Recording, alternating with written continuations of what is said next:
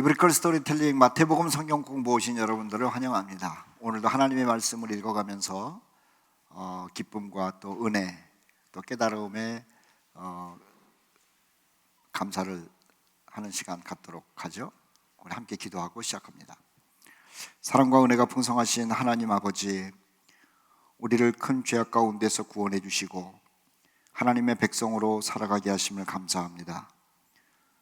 주의 백성들에게 주신 말씀 읽어가며 아버지 하나님의 뜻을 발견하면서 또 우리 자신을 바라보면서 믿음을 굳건히 하고자 하오니 마태복음을 읽어가는 동안에 깨달음의 즐거움이 있게 하시고 또 나 자신을 돌아보게 하여 주시고 또 우리가 어떻게 살아야 되는지를 생각하며 결심하는 시간 되게 하여 주시옵소서. 우리를 죄에서 구원하신 예수 그리스도의 이름으로 기도하옵나이다. 아멘. 우리는 마태복음을 공부하면서 먼저 예수님의 가르침에 대해서 큰 은혜를 받았죠. 예수님의 가르침,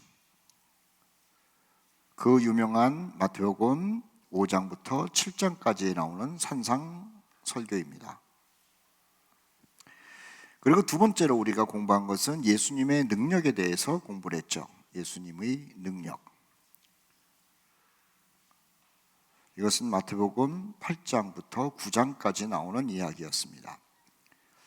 그런데 마태복음 8장부터 9장까지 예수님의 능력은 세 가지로 나오고 있는데요.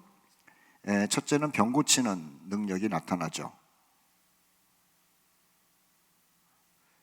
그 다음에 권위의 능력이 나타납니다. 그리고 새것 만드심의 능력입니다.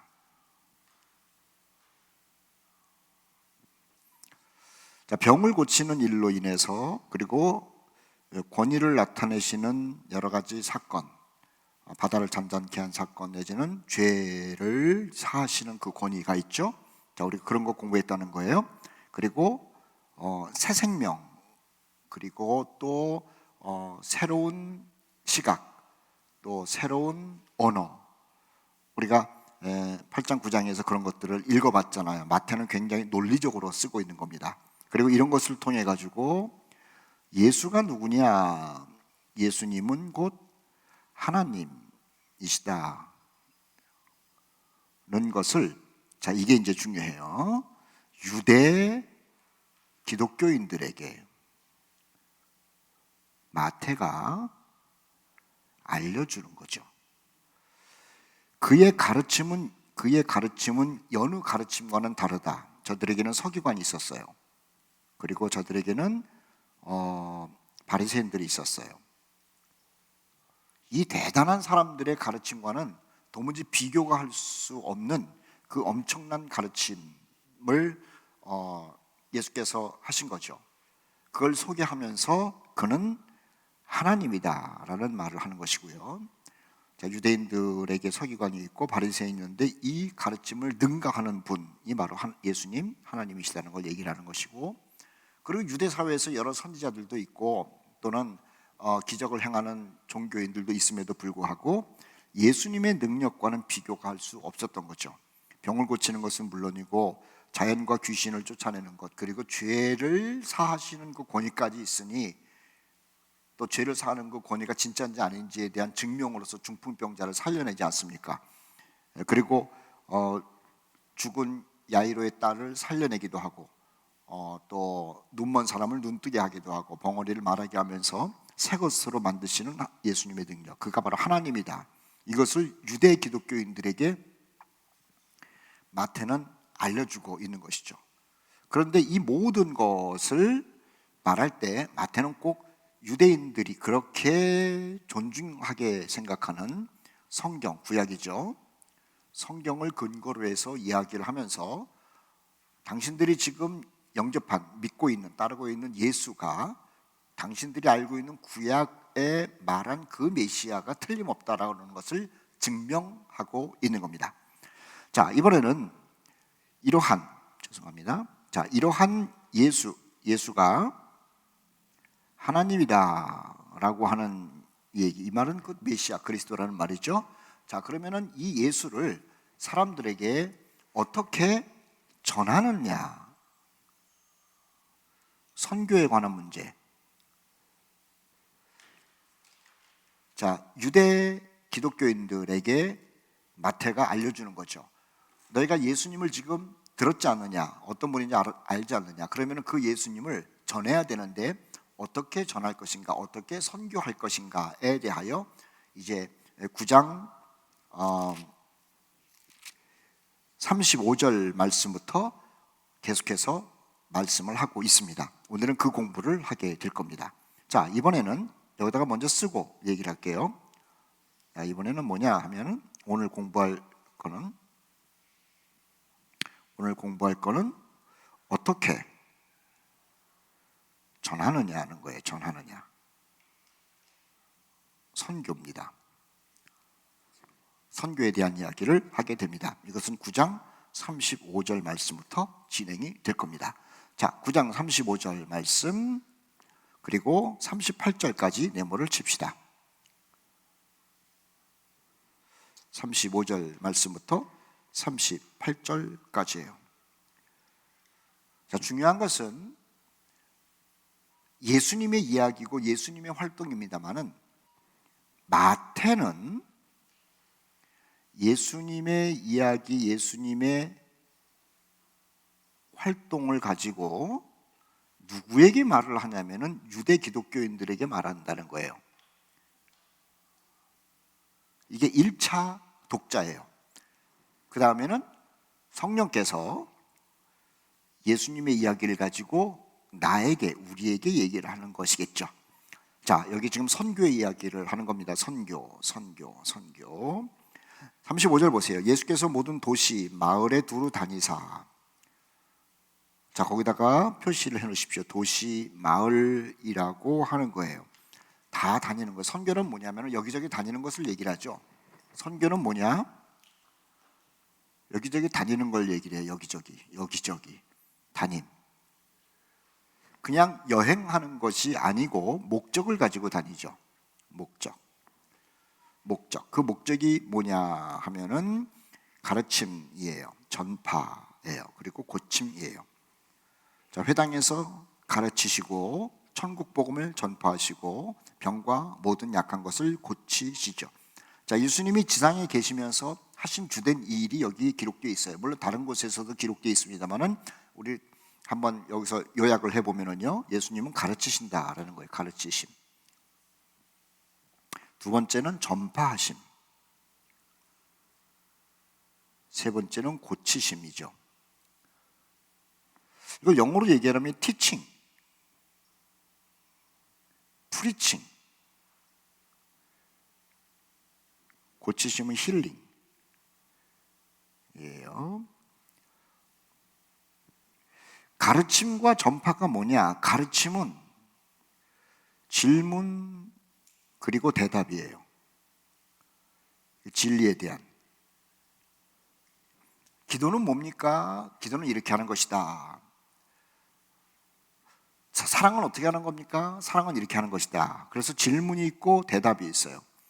전파라고 하는 것은 질문 없어요. 일방적 선언이에요. 선언. 뭐 고침이다라고 하는 것은 우리가 육신의 병 또는 마음의 병 또는 영혼의 병을 건강하게 하는 것이죠. 자, 이거는 쉬워요. 그래서 교회에서 중요한 것은 뭐냐면은 가르침이 있죠. 그래서 선생님이 있고 학생이 있고 또 목회자가 성경 공부라고 하는 것은 이 가르침을 얘기를 해요. 그런데 교회 공동체 보면은 설교가 있잖아요. 설교 시간을 질문하는 거 아니에요. 그것은 목회자가 성경을 연구해서 하나님의 뜻을 발견하고 그것을 사람들에게 일방적으로 알려주는 거예요. 그래서 그것을 받아들이든 받아들이지 않던 것은 청중의 몫이고 목회자는 하나님의 말씀, 하나님의 뜻이라고 하면서 일방적으로 얘기를 하는 거죠. 그것을 전파라고 얘기를 하고 설교라고 얘기를 하는 거예요. 거기에 대한 궁금함이 있으면 가르침, 성경 공부 시간에 물어보고 대답을 받고 그러면 되는 것이고요. 자, 그러면은 예수님께서는 뭘 가르치셨느냐 하면은요, 진리를 가르치셨어요. 진리. 소위 말하는 율법을 가르친 겁니다. 이걸 가르친 거예요. 마태복음 5장, 6장, 7장에 그 예수께서 하신 말씀 있죠. 너희가 이렇게 들었으나 율법에는 말하기를, 그것에 대해서 해석이에요. 해석. 그 다음에 무엇을 전파하셨느냐 하면은 35절 중간에 나오고 있어요. 천국 복음이죠. 천국. 다른 나라, 하늘의 나라가 있다라고 하는 것을 일방적으로 얘기한 거예요. 왜냐하면 유대 사회에서는 유대 나라가 파라다이스가 되고 유대의 종교에 의해서 전 세계가 통치되는 것을 꿈꿨어요. 그래서 사두개인들이 대제사장들과 더불어서 그 일을 하고 있었고 또 그 일이 이루어질 것이라고 믿고 있었죠. 그런데 예수께서는 오셔가지고 그런 나라는 없다. 내가 온 나라, 저 멀리 너희가 들어보지도 못한 천국에 대해서 이야기를 한다. 그래서 사람들이 놀란 거예요. 아이고, 그런 나라가 어디 있어? 사람들이 그런 거 거부하던 받아들이던 상관없어요. 예수께서는 자기가 온 나라에 대해서 얘기를 하는 거예요. 거기가 좋은 곳이다. 그래서 복음이라고 얘기를 하죠.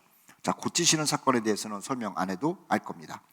자, 선교는 뭐냐? 선교, 여기저기 다니는 것을 얘기를 하는데 목적을 가지고 다니죠. 목적을 가지고 다녀요. 36절 보십시다. 36절. 무리를 보시고 불쌍히 여기시니 줄 거놓으시고요. 무리를 보시고 불쌍히 여기시니 줄 거놓으시고, 그 다음에 다른 색깔로 이는 그들이 목자 없는 양같이 고생하며 기진함이라는 말씀이에요. 자, 이 36절 말씀이 우리에게는 그냥 그런가 보다 그렇죠. 불쌍히 여기셨다. 목자 없는 양같이 고생하며 기진했다. 자, 이것은 에스겔서 34장을 배경으로 해가지고 마태가 얘기를 하는 거예요. 마태가 유대 기독교인들에게 얘기를 하죠. 유대 기독교인들은 율법과 선지자의 글을 잘 알고 있죠. 에스겔이 그 당시에 사람들을 보고 얘기를 한 겁니다. 목자 없는 양같이 포로로 끌려와가지고 그리고 고생하고 또 그 이 기진하면서 살고 있지 않느냐. 자, 그 얘기를 하는 거죠. 그런데 지금 마태가 예수님의 이야기를 하면서 유대인들이 익숙한 에스겔의 이야기를 지금 여기다가 도입을 하고 있는 거예요. 불쌍히 여기시니 이는 그들이 목자 없는 양과 같이 고생하며 기진한다고 한 에스겔의 그 이야기를 한번 생각해 봐라, 이런 겁니다. 자, 37절. 이에 제자들에게 이르시되 추수할 것은 많되 일꾼이 적으니 그러므로 추수하는 주인에게 청하여 추수할 일꾼들을 보내주소서 하라 하셨다라고 하는 거예요. 자, 37절과 38절은 기도예요. 기도. 그죠? 자, 지금 마태복음 9장 35절 이하에는 예수님의 가르침과 예수님의 권능, 즉 예수님이 하나님이라고 하는 것을 사람들에게 전해라, 선포해라, 또 선교해라 라는 이야기로 지금 마태가 끌고 가고 있는데,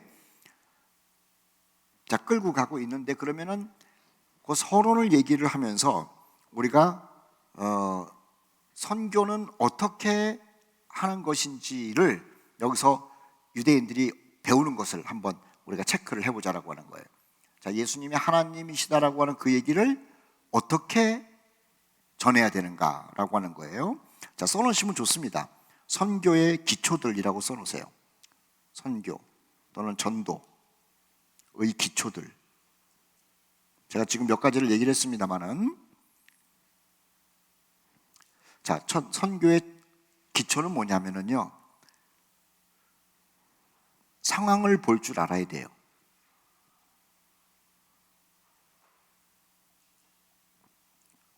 상황을 볼 줄 알아야 돼요. 9장 36절이죠. 자, 이 상황이 어떤가 하면 불쌍한 상황이라는 거예요.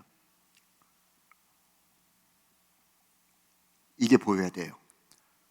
먹고 사는 문제 때문이 아니라 어떤 깊은 내면적 세계를 보면서 참 불쌍하다라고 하는 이게 보여야 돼요. 우리 그렇잖아요. 저 사람이 돈도 많이 있고 또는 세상에 권력도 많이 있고 공부도 많이 하고 그러는데 밖에서 볼 때는 다른 사람들은 야, 저 사람 정말 좋은 직업 갖고 있어. 뭐 가정도 행복한 것 같아. 머리도 좋아. 뭐가 부족함이 있겠어? 사람들은 그것만 본답니다. 그런데 우리의 눈에는 그게 보이면 안 돼요. 그 사람의 내면이 보여야 되는 거죠. 다 가진 것 같고 머리도 좋고 또 뭐 사람들하고 같이 웃는 것 같은데 저 내면 속에 뭐가 보여야 되냐면 불쌍한 요소가 보여야 선교가 가능해지는 거예요. 선교가 가능해요. 이 선교는 전도랑 같은 거예요. 밖에 나가면 선교고 우리와 같은 문화를 갖고 있는 사람을 향해서는 전도라고 얘기를 하죠. 자, 그래서 이게 참 중요해요. 상황을 볼 줄 알아야 돼요. 두 번째는 관심이에요. 관심. 자, 이 관심이 뭐냐면은 36절 보세요. 무리를 보고 상황을 봤죠. 그리고 불쌍히 여기는 관심이에요. 같은 내용이죠. 지금 상황을 봤어요. 사람들을 보고 그리고 저들을 향한 마음을 어떻게 갖고 있느냐면은 민망히 여기는 마음. 원래는 이 불쌍이라는 말보다는 민망히 여기는 거예요. 참 나는 괜찮은데 저 사람들이 참 안 됐다라고 하는 이 어떤 민망히 여기는, 어떠면은 저 사람들이 불쌍한 것을 보고 나서 나는 괜찮은 것에 대한 죄의식까지도 말하는 거예요. 어떤 좀 강도 있게 얘기를 하면은 이런 관심을 가지고 있어야 된다는 거죠. 세 번째는 우리가 본 사람들 그 다음에 불쌍히 여겨지고 민망한 마음이 들잖아요. 그 관심 속에서. 그 다음에는 뭐냐면은 기도를 해야 돼요. 기도. 하나님께. 그 내용이 아까 공부했던 37절과 38절이죠. 하나님, 저 사람들이 정말로 불쌍합니다. 그리고 그냥 불쌍으로 끝나는 것이 아니라 내가 뭘 도와주고 싶은데요. 하나님, 나는 도와줄 힘이 없어요. 그래서 하나님이 일꾼을 보내주세요. 이렇게 하나님께 기도하는 거죠. 자, 일꾼을 보내주세요라는 그 말 속에는 누군가를 보내주는 것도 있지만은 나도 보냄받고 싶습니다. 이 말이 있어요. 이 말이 있는 거예요. 그 다음에 이거는 이제 조금 이따가 공부할 겁니다만은 그냥 써놓기만 해서요. 훈련을 받아야 돼요. 훈련. 저 사람들이 참 불쌍해. 내가 가서 도와야겠어. 다른 사람도 가지만 나도 가야 돼. 그렇게 해가지고 그냥 천방지축으로 가는 것이 아니라 훈련을 받아야 되죠. 훈련을 받아야 돼요. 자, 그냥 써놓으십시오. 10장 8절입니다. 10장 8절. 근데 계속 선교 이야기가 나오는데 너희들이 가가지고 병자들을 고쳐줘라. 그 다음에 또 그 죽은 자도 살려라. 또 나병원 자도 깨끗이 해라. 귀신도 쫓아내라. 뭐 이런 얘기를 하는 거예요. 훈련받고 가는 거예요. 훈련받고. 그 다음에 다섯 번째, 직접 가는 겁니다. 출발이죠. 보고 불쌍히 여기고 민망한 거 관심을 갖고 하나님께 기도하고 뭐 가겠다, 다 좋아요. 그 다음에 훈련받는 것도 좋아요. 그런데 거기서 끝나는 것이 아니라 실질적으로 자기 삶을 내려놓고 이 일을 위해서 전폭적으로 뛰어드는 것, 직접 가는 것. 이게 선교의 기초예요. 기초. 자, 우리는 늘 마태복음을 읽을 때는 이런 설명을 들은 다음에 유대인들을 생각해야 되는 거예요. 유대인들을 생각해야 돼요. 자, 마태가 유대인들을 보았죠. 불쌍한 걸 본 거예요. 그들을 향한 민망히 여기는 마음이 있었어요. 그리고 마태가 다른 사도들이 하지 않은 선교를 해요. 그 선교가 뭐냐면은 유대인 선교예요. 그래서 쓴 책이 마태복음이에요.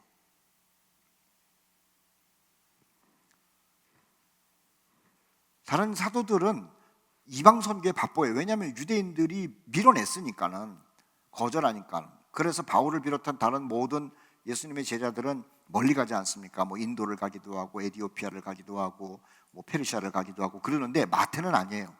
마태는 남아 있는 거예요. 유대 사회 속에.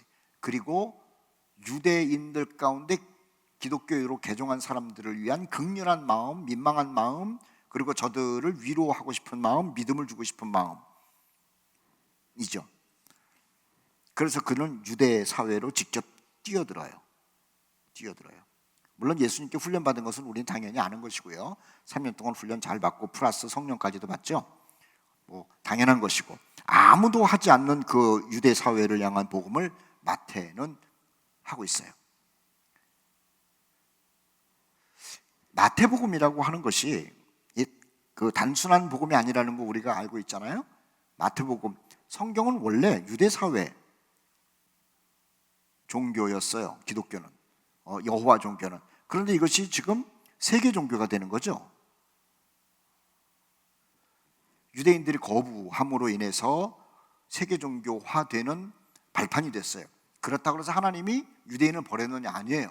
하나님은 비록 당신의 아들을 십자가에 못 박아 죽이고 거부한 유대인이지만 그래도 하나님은 유대인을 향한 애착이 있어요. 원가지라고 바울은 로마서에서 말하죠.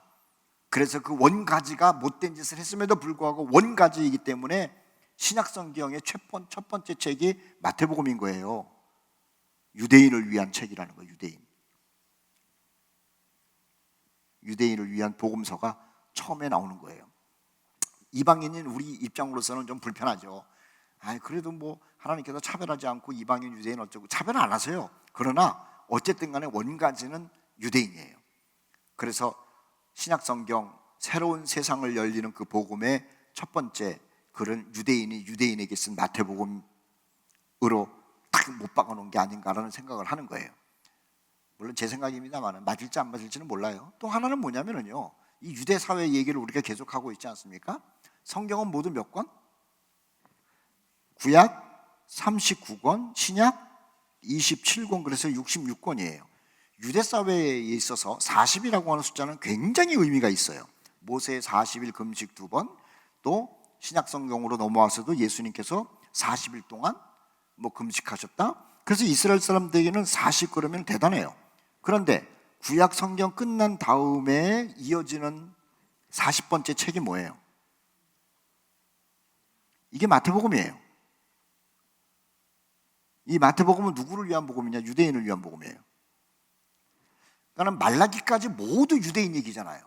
그럼 신약으로 넘어오면서 이방 세계로 확 퍼지는데, 이방 세계로 확 퍼지면서도 구약의 모든 유대인과 이방 세계로 퍼지는 복음 그 사이에 어쩌면 그 유대인을 위한 복음이 그냥 거기에 자리를 딱 잡고 있느냐라고 하는 거예요. 그러니까 생각하면은 재밌는 이야기이기 때문에 잠시 소개를 한 겁니다.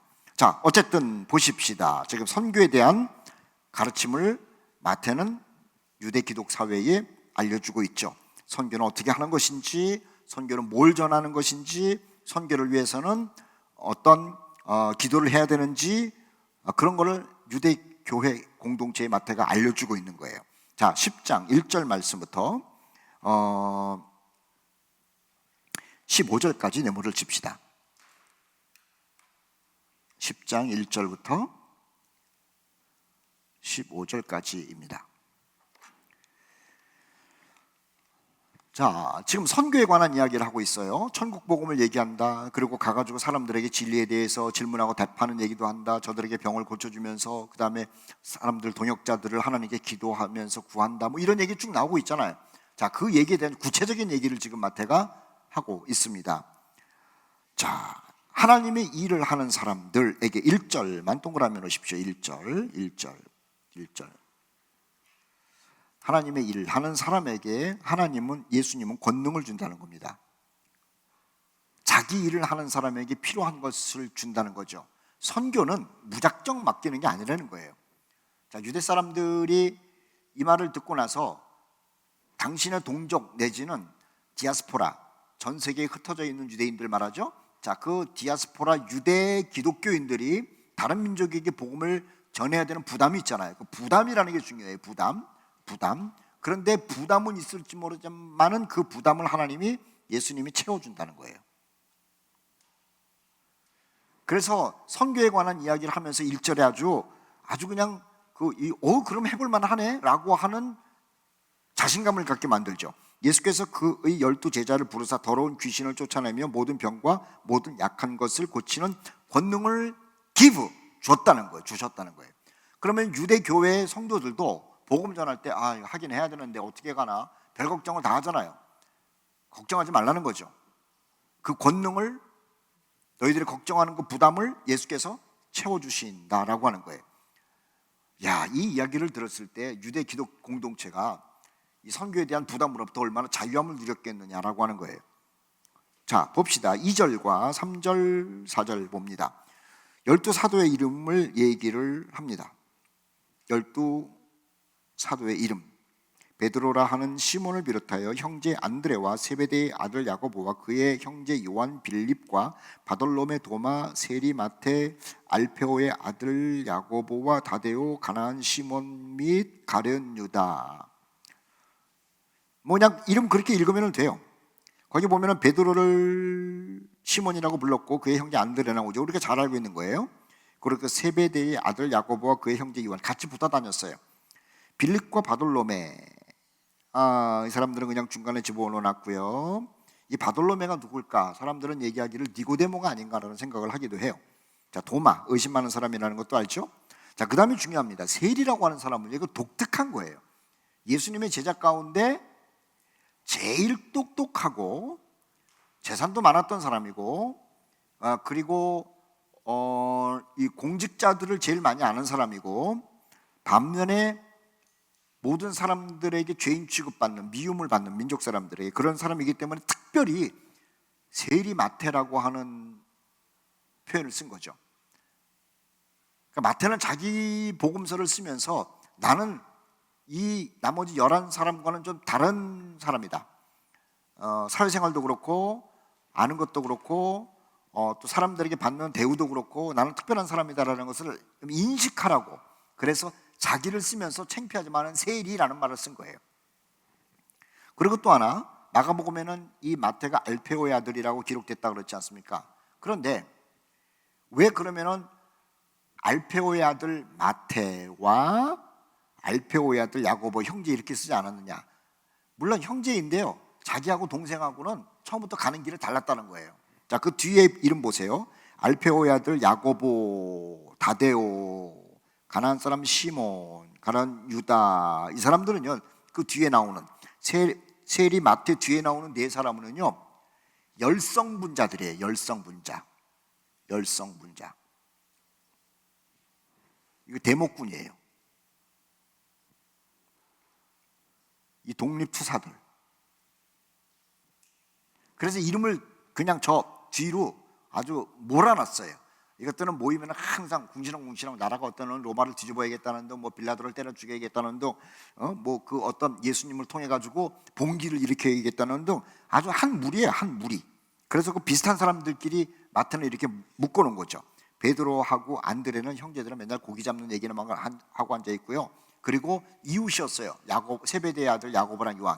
그러니까 요 사람은 넷을 그냥 앞에다가 붙들어 놓고, 그 다음에 빌립, 바돌로메, 도마, 이 사람 세 사람은요 항상 계산적이에요. 도마도 의심 많죠. 빌립도 예수님이 뭘 물어보고 나면은 계산해야 되는데, 그렇죠. 니고데모, 바돌로메가 니고데모라고 한다면은 그 사람도 따지기 좋아하잖아요. 나사렛에서 무슨 선한 일이 나타나느냐. 그러니까 그런 성격을 마태는 딱 묶어놓은 거예요. 그리고 자기는 이상한 사람인 거예요. 어부도 아니고 성격이 뭐 이렇게 따지는 성격 그런 것도 아니고, 그 다음에 독립운동을 하기는커녕 오히려 세금을 가지고 안디바 헤로데에게 갖다 주기도 하고 뭐 세금을 걷어주기도 하고 이런 사람.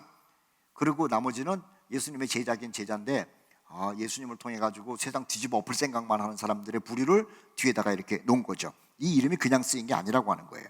그런데 이 사람들이 성령 안에서 다 녹아지는 거예요. 성령 안에서. 우리가 부활절 지나고 또 예수님 승천한 다음에 오순절에 이 사람들이 모여가지고 성령 받지 않습니까? 성령의 용광로 속에 이 성격들이 다 녹아지는 거죠. 녹아져가지고 한 마음, 한 뜻, 한 목표를 가지고 살아가는 사람으로 변화되더라고 하는 거예요. 자, 그런데 지금은 마태복음은 60년대 중반에서 70년대 쓴 거죠. 자, 그러면은 예수님의 이 제자들은 30년이에요. 지금 마태복음을 쓸 때에 이 11명, 가룟 유다는 이제 목매달아 죽였으니까 11명은 생존해서 전도자들이에요. 전도자들. 그러니까 마태복음을 읽는 사람들은 베드로 사도께서, 바돌로메 사도께서, 빌립 사도께서, 저기 이 시몬 사도께서 하면서 이들이 성령 안에서 변화된 것을 다 알고 이 사람들의 이름을 보는 거죠. 우리는 지금 볼 때 아직도 성령을 못 받았다 그러지만은 이것을 읽는 첫 독자들은 사도님들 다 성령 받고 우리에게 말씀을 가르치는 분들, 이런 배경에서 이 글을 읽고 있다는 것을 우리는 알고 지금은 봐야지 마태복음이 재밌어지는 거죠. 자, 어쨌든 보십시다. 4절 말씀, 가나안인 시몬, 가룟 유다, 곧 예수를 판 사람, 다 이 마태 글을 읽는 유대 기독교인들은 이게 무슨 말인지 다 알고 있는 거예요. 판자라. 5절 말씀 보세요. 예수께서 12를 보내시며 명하여 이르시되 이방인의 길로도 가지 말고 사마리아인의 고을에도 들어가지 말고 오히려 이스라엘 지부의 잃어버린 양에게로 가라. 줄 거놓으시고 6절 말씀을 동그라미 놓으시고 동그라미 놓으시고 3개 놓으시고 줄 거놓으시고. 참 신기하잖아요. 아니, 예수님께서 전도를 하라고 그러는데 치사하게 말입니다. 이방인의 길로도 가지 말고 사마리아인의 고을로도 들어가지 말고. 얼마나 치사해. 그런데 이거는 우리가 볼 때는 치사하지, 사마리아 사람이나 이방인이 볼 때는. 그런데 유대 기독교인들이 이것을 읽을 때는요, 주님이 우리 민족을 사랑하시네, 특별히 사랑하시네, 그 말이 나오게 돼 있는 표현이에요. 가지 말고 6절, 오히려 이스라엘의 집에 잃어버린 양에게로 가라. 마태는 누구한테 썼다고요? 유대 교회 기독교인들에게. 그러니까 유대 교회 기독교인들에게 기쁨을 주는 거예요. 예수님의 사랑을 풍성히 느끼게 하는 거예요.